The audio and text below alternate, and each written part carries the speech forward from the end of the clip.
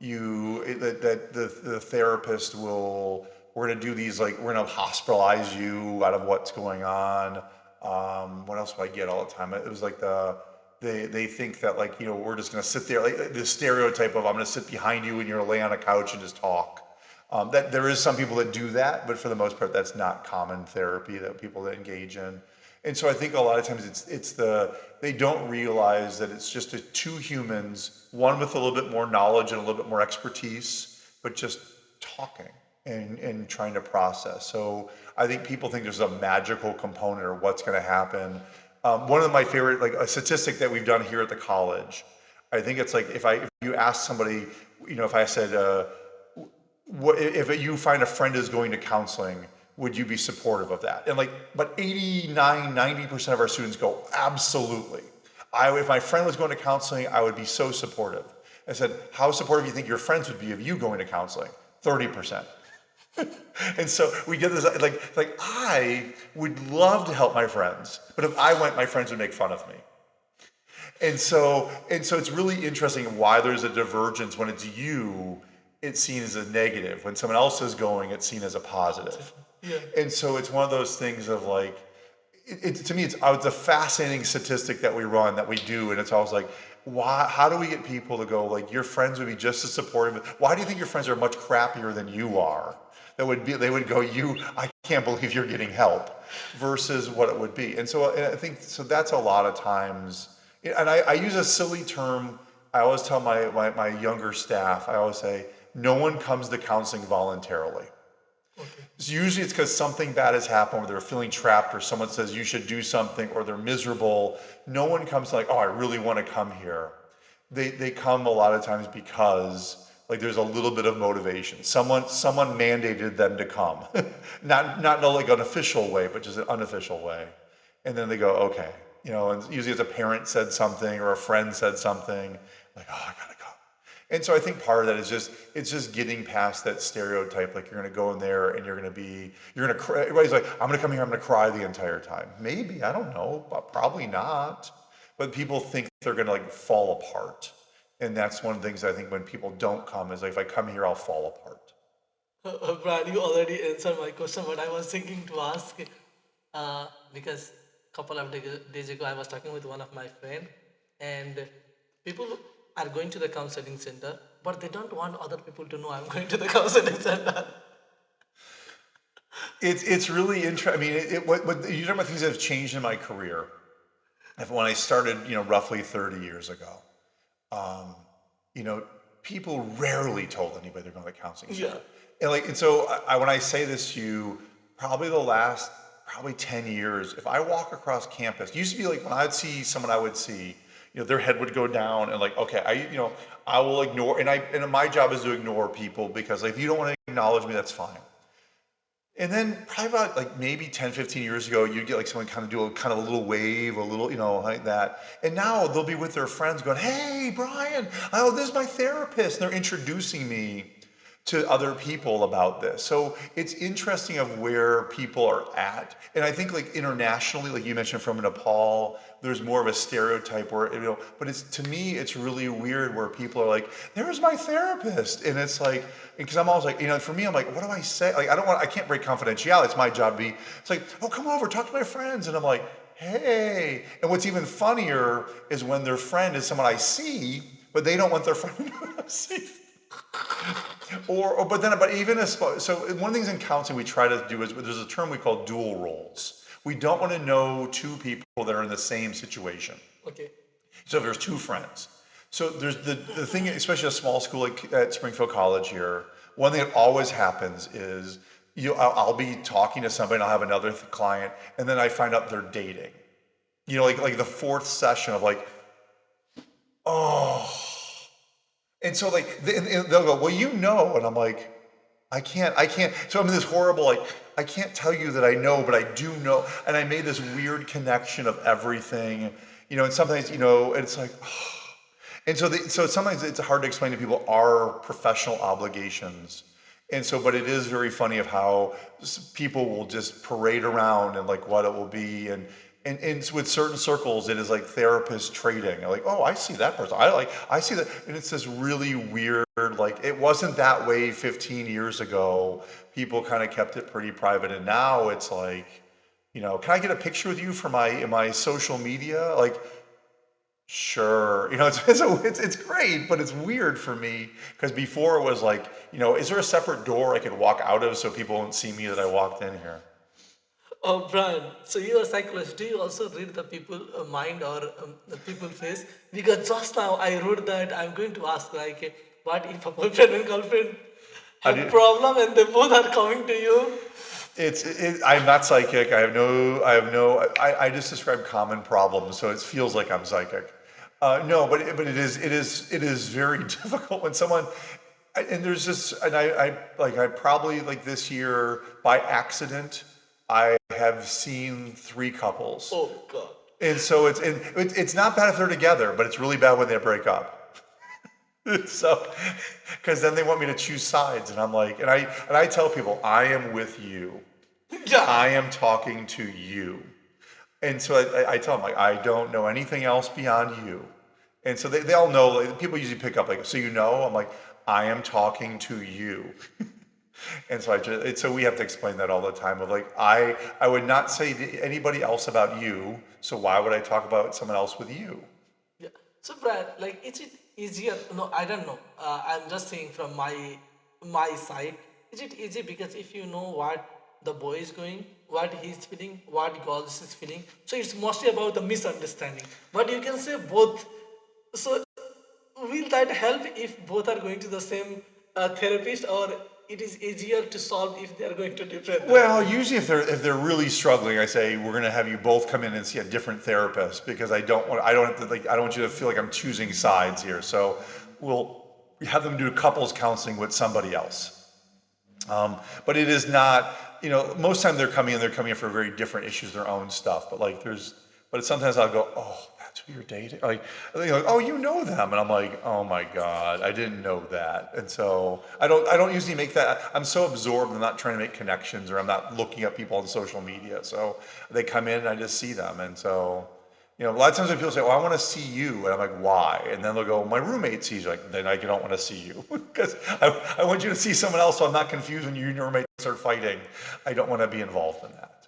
Fran, it's so fun to talk with you, and I think it feels like I'm learning a lot. So I want to make this podcast 10 hours, but I know you are also with your time constraint, so I'm leaving a lot of my questions.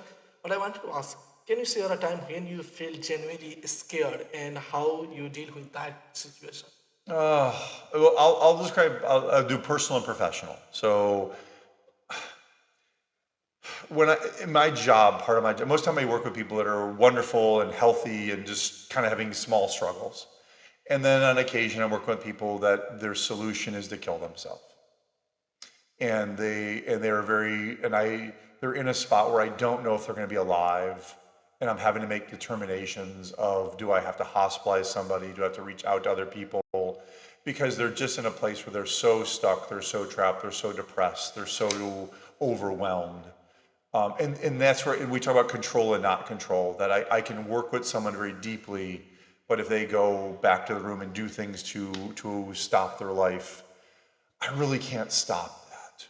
And then one of the hard things about counseling and psychology is the highest rate of suicide is usually like a couple days after being hospitalized. So even if I put them in a hospital, I know when they get out, they might go, that I don't want to ever go back to the hospital, so if I kill myself. So I've been very, knock on wood here, fortunate that I have not had anybody that has completed suicide.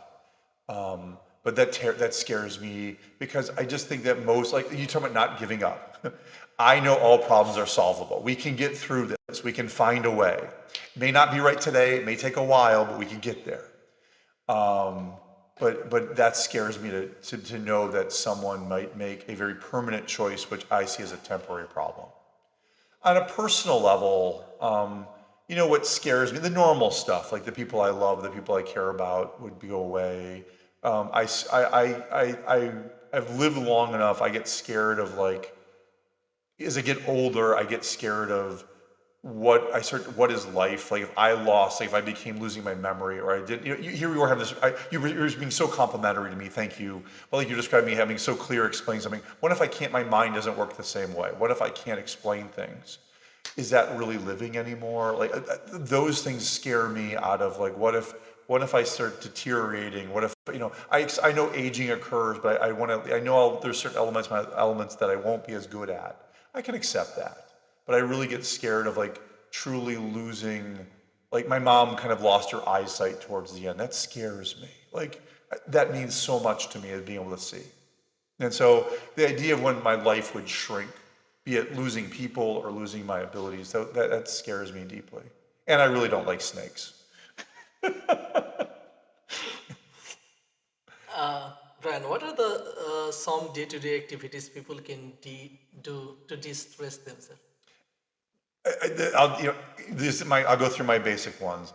Exercise, eat, make sure you drink, get some good sleep. And then, so just live a full life, laugh, and like be with people where you've said something to laugh about. Genuinely be there. Have a conversation that makes you feel good, that really brings you to a different place. Like those are the things. Look at the things that are going well in your life. I'm not saying ignore the problems, but really get like, today I was like, I remember getting here and it was like, it's warm. Like, oh God, it's summer. Like, I don't like really warm, but I'm like, first warm day. And just observing, we have all the geese on campus, all the babies right now. And Okay. it's like, I don't like the geese, but like, wow, it's a little baby geese. I mean, you're just doing things that one of the things I would tell people is get absorbed beyond yourself. Notice other things. Listen to somebody else. It really will help you because you're caring about somebody else. You're engaged in something. Be outside yourself. What are the some advice would you like to give to the student regarding mental health counseling or therapy? I used to use a line all the time, which is the fourth person you should talk to is a therapist. So the first is some really trusted person in your life, be it a parent or like a partner, or someone you're dating or whatever it was, or that's your first choice. Second choice should be like great friends, people, then it should be like trusted advisees or people are mentors. Because most of your problems, if you talk to somebody else, you'll realize there's nothing better. Like we do group therapy in the office. And my favorite part of group therapy is someone will describe like, I'm really struggling. I really miss my family and all these things. And someone goes, oh my God, me too. And they realize I'm not alone in my problems. And so if you really talk to somebody, and a person that's a good person to talk to, they'll sometimes realize like, oh wow, that's really different. That's unique. Or it's like, that's pretty normal.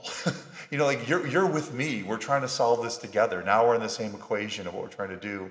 And so what I would give anybody is like, don't just go into like the therapist will know what to do, but trust, build this network. Be like my mother with her sisters and sit around the table talking about how do I pay the rent and what's for dinner and and, oh, this happened at work or things like that. They didn't need therapists. They were their own therapists to each other. They had these great deep relationships. And one of the things that stuck with my mom is my mom when my aunt Eleanor died earlier than my aunt Ramona died, and I went to my mom like, how are you? And she says, all my friends are dead. And I remember like, oh, that really must have hurt her because how much she would get up every day and, either they'd call each other, they'd go to each other's houses, or they knew the next day they would see each other. How much my mother loved having people around. And so what I tell everybody is have a good life, have people around, lean into life, and life is messy. People suck.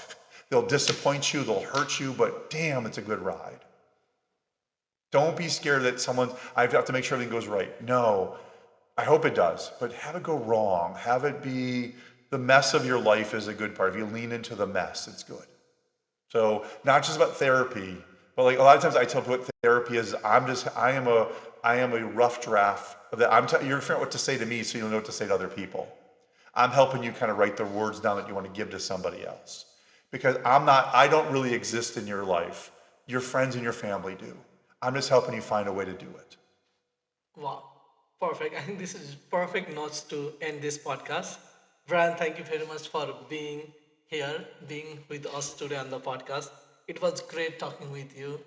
I think I learned a lot of things, a lot of very depth things that really needed in my life, and I'm sure there are a lot of great takeaways for the audience who are listening to us from this podcast.